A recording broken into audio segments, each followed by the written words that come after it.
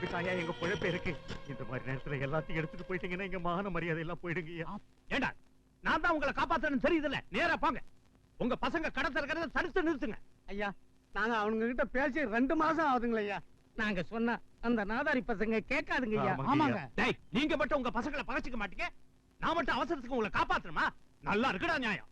டேய், ஏண்டா நிக்கிறீங்க? எல்லாத்தையும் எடுத்துட்டு போங்க. ஒரு மாட்டை கூட விடாதீங்க. எல்லாத்தையும் எடுத்துட்டு போங்க. ஐயா ஐயா ஐயா ஐயா யோ, பண்ணையார பத்தி தான் உங்களுக்கு நல்லாவே தெரியும். சொன்னா சொன்னபடி செஞ்சிருவான். இத பாருங்க, எப்படியாவது உங்க பசங்க கடையை திறக்காதபடி பாத்துங்க, இல்ல உங்க சொத்து அநியாயத்துக்கு பறி போயிடும். யோ கணக்கு, இதா வரங்க. பண்ணையார்கிட்டயே விளையாடுறீங்களா?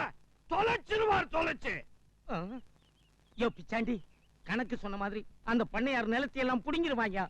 பசங்க கடையை திறக்கிறத எப்படியாவது நிறுத்திடணும்.